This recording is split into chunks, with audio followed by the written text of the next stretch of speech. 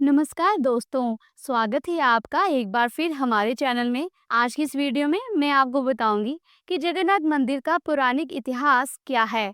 ऐसा माना जाता है कि भगवान विष्णु जी जब चारों धामों पर बसे अपने धामों की यात्रा पर जाते हैं, तो हिमालय की ऊंची चोटियों पर बने अपने धाम बद्रीनाथ में स्नान करते हैं। पश्चिम में गुजरात के द्वारिका में वस्त्र पहनते हैं, पुरी में भोजन करते हैं और दक्षिण में रामेश्वरम में विश्राम करते हैं। द्वापर के बाद भगवान कृष्ण पुरी में निवास करने लगे और बन गए जगत के नाथ अर्थात जगन्नाथ। पुरी का जगन्नाथ धाम चार धामों में से एक है, जहां भगवान जगन्नाथ अपने बड़े भाई बलभद्र और बहन सुभद्रा के साथ विराजते हैं। हिंदुओं की प्राचीन और पवित्र सात नगरियों में पुरी उड़ीसा राज्य के समुद्री तट पर बसा है। जगन्नाथ मंदिर विष्णु के आठवें अवतार भगवान श्री कृष्ण को समर्पित है। भारत के पूर्व में बंगाल की खाड़ी के पूर्वी छोर पर बसी पवित्र नगरी पुरी उड़ीसा की राजधानी भुवनेश्वर से थोड़ी दूरी पर है। आज का उड़ीसा प्राचीन काल में उत्कल प्रदेश के नाम से जाना जाता था, जहां देश की समृद्ध बंदरगाहें थी, जहां जावा, सुमात्रा, इंडोनेशिया, थाईलैंड और अन्य कई देशों का इन्हीं बंदरगाह के रास्ते व्यापार होता था। पुराणों में इसे धरती का बैकुंठ कहा गया है। ये भगवान विष्णु के चार धामों में से एक है। इसे श्री क्षेत्र, श्री पुरुषोत्तम क्षेत्र, शाक क्षेत्र, नीलांचल क्षेत्र, नीलगिरी और श्री जगन्नाथपुरी भी कहते हैं, जहाँ लक्ष्मीपति विष्णु ने तरह तरह की लीलाएं की थी। ब्रह्मा और स्कंद पुराण के अनुसार यहाँ भगवान विष्णु पुरुषोत्तम नील माधव के रूप में अवतरित हुए और सब्र जनजाति के परम पूज्य देवता बन गए। सब्र जनजाति के देवता होने के कारण यहाँ भगवान जगन्नाथ का रूप कबीलाई देवताओं की तरह है। पहले कबीले के लोग अपने देवताओं की मूर्तियों को काष्ठ से बनाते थे। जगन्नाथ मंदिर में सब्र जनजाति के पुजारियों के अलावा ब्राह्मण पुजारी भी हैं। ज्येष्ठ पूर्णिमा से आषाढ़ पूर्णिमा तक सब्र जाति के दैतापति जगन्नाथ जी की सारी रीतियां करते हैं। पुराण के अनुसार नीलगिरी में पुरुषोत्तम हरि की पूजा की जाती है। पुरुषोत्तम हरि को यहाँ भगवान राम का रूप माना गया है। सबसे प्राचीन मत्स्य पुराण में लिखा गया है कि पुरुषोत्तम क्षेत्र की देवी बिमला है और यहाँ उनकी पूजा होती है। रामायण के उत्तराखंड के अनुसार भगवान राम ने रावण के भाई भविष्य को अपने इक्ष्वाकु वंश के कुल देवता भगवान जगन्नाथ की आराधना करने को कहा। आज भी पुरी के श्री मंदिर में भविष्य वंदना की परंपरा कायम है। स्कंद पुराण में पुरी धाम का भौगोलिक वर्णन मिलता है। स्कंद पुराण के अनुसार पुरी के एक दक्षिणावर्ती शंख की तरह है और यह 5 कोस यानी 16 किलोमीटर क्षेत्र में फैला है। ऐसा माना जाता है कि इसका लगभग 2 कोस क्षेत्र बंगाल की खाड़ी में डूब चुका है। इसका उदर है समुद्र की सुनहरी रेत, जिसे महोदधि का पवित्र जल धोता रहता है। सिर वाला क्षेत्र पश्चिम दिशा में है, जिसकी रक्षा महादेव करते हैं। शंख के दूसरे घेरे में शिव का दूसरा रूप ब्रह्मा कपाल मोचन विराजमान है। ऐसा माना जाता है कि भगवान ब्रह्मा का एक सिर महादेव की हथेली से चिपक गया था और वह यहीं आकर घिरा था। तभी से यहाँ पर महादेव की ब्रह्म रूप में पूजा करते हैं। शंख के तीसरे वृत्त में माँ बिमला और नाभि स्थल में भगवान जगन्नाथ रथ सिंहासन पर विराजमान हैं। मंदिर का इतिहास भी जान लेते हैं। देखिए, इस मंदिर का सबसे पहला प्रमाण महाभारत के वन पर्व में मिलता है। ऐसा कहा जाता है कि सबसे पहले सब्र आदिवासी विश्ववसु ने नील माधव के रूप में इनकी पूजा की थी। आज भी पुरी के मंदिरों में कई सेवक हैं जिन्हें दैतापति के नाम से जाना जाता है। आइए अब ये भी जान लेते हैं कि इस मंदिर को किसने बनवाया था।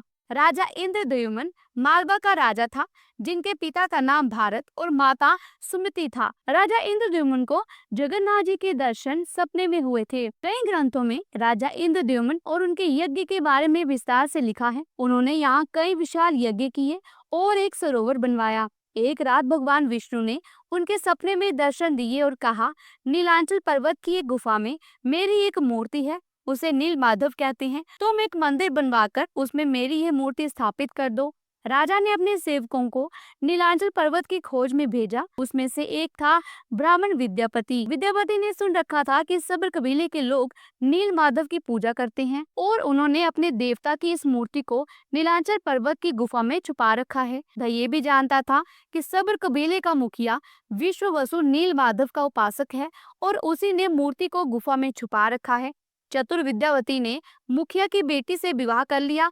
आखिर में वह अपनी पत्नी के जरिए नील माधव की गुफा तक पहुंचने में सफल हो गया। उसने मूर्ति चुरा ली और राजा को लाकर दे दी। विश्ववसु अपने राधे देव की मूर्ति चोरी होने से बहुत दुखी हुआ। अपने भक्त के दुख से भगवान भी दुखी हो गए। भगवान गुफा में लौट गए, लेकिन साथ ही राजा इंद्रद्युम्न से वादा किया कि वो एक दिन उनके पास जरूर लौटेंगे, बशर्ते कि वो एक दिन उनके लिए विशाल मंदिर बनवा दे। राजा ने मंदिर बनवा दिया और भगवान विष्णु से मंदिर में विराजमान होने के लिए कहा। भगवान ने कहा कि तुम मेरी मूर्ति बनाने के लिए समुद्र में तैर रहा पेड़ का बड़ा टुकड़ा उठाकर लाओ, जो द्वारका से समुद्र में तैरकर पुरी आ रहा है। राजा के सेवकों ने उस पेड़ के टुकड़े को तो ढूंढ लिया, लेकिन सब लोग मिलकर भी उस पेड़ को नहीं उठा पाए। तब राजा को समझ आ गया कि नील माधव के अनन्य भक्त सबर कबीले के मुखिया विश्ववसु की ही सहायता लेनी पड़ेगी। तब उस वक्त हैरान रह गए जब विश्ववसु भारी भरकम लकड़ी को उठाकर मंदिर तक ले आए। अब बारी थी लकड़ी से भगवान की मूर्ति गढ़ने की। राजा के कारीगरों ने लाख कोशिश कर ली, लेकिन कोई भी लकड़ी में एक छानी तक भी नहीं लगा सका। तब वो तीनों लोग के कुशल कारीगर भगवान विश्वकर्मा एक बूढ़े व्यक्ति का रूप धरकर आए। उन्होंने राजा को कहा कि वह नील माधव की मूर्ति बना सकते हैं, लेकिन साथ ही उन्होंने अपनी शर्त भी रखी कि वह 21 दिन में मूर्ति बनाएंगे और अकेले में बनाएंगे। कोई उनको बनाते हुए नहीं देख सकता। उनकी शर्त मान ली गई। लोगों को आरी, छेनी, हथौड़ी की आवाजें आती रही। राजा इंद्रद्युम्न की रानी गुडीचा अपने को रोक नहीं पाई। वह दरवाजे के पास गई तो उसे कोई आवाज सुनाई नहीं दी। वह घबरा गई। उसे लगा बूढ़ा कारीगर मर गया है। उसने राजा को इसकी सूचना दी। अंदर से कोई आवाज सुनाई नहीं दे रही थी, तो राजा को भी ऐसा ही लगा। सभी शर्तों और चेतावनी को नकारते हुए राजा ने कमरे का दरवाजा खोलने का आदेश दिया। जैसे ही कमरा खोला गया तो बूढ़ा व्यक्ति गायब था और उसमें 3 अधूरी मूर्तियां मिली। भगवान नील माधव और उनके भाई के छोटे छोटे हाथ बने थे, लेकिन उनकी टांगे नहीं, जबकि सुभद्रा के हाथ पांव बनाए ही नहीं गए थे। राजा ने इसे भगवान की इच्छा मानकर इन्हीं अधूरी मूर्तियों को स्थापित कर दिया। तब से लेकर आज तक तीनों भाई बहन इसी रूप में विद्यमान हैं। वर्तमान में जो मंदिर है वह 7वीं सदी में बनवाया था। हालांकि इस मंदिर का निर्माण ईसा पूर्व 2 में ही हुआ था। यहाँ स्थित मंदिर 3 बार टूट चुका है। 1174 ईस्वी में उड़ीसा शासक अनंग भीमदेव ने इसका जीर्णोद्धार करवाया था। मुख्य मंदिर के आसपास लगभग 30 छोटे बड़े मंदिर स्थापित हैं। तो दोस्तों, ये थी जगन्नाथ मंदिर का पौराणिक इतिहास। उम्मीद करती हूँ कि आज के इस वीडियो में दी गई जानकारी आपको अच्छी लगी होगी। अगर वीडियो अच्छी लगी है तो वीडियो को लाइक और शेयर जरूर कीजिए, और ऐसे ही धार्मिक वीडियोस को देखने के लिए हमारे चैनल को सब्सक्राइब करके बेल आइकन के बटन को जरूर प्रेस कीजिएगा। वीडियो को पूरा देखने के लिए आपका बहुत बहुत धन्यवाद। जल्दी मिलती हूँ एक नई धार्मिक बड़ी वीडियो के साथ। तब तक के लिए प्रेम से बोलो भगवान जगन्नाथ जी की जय।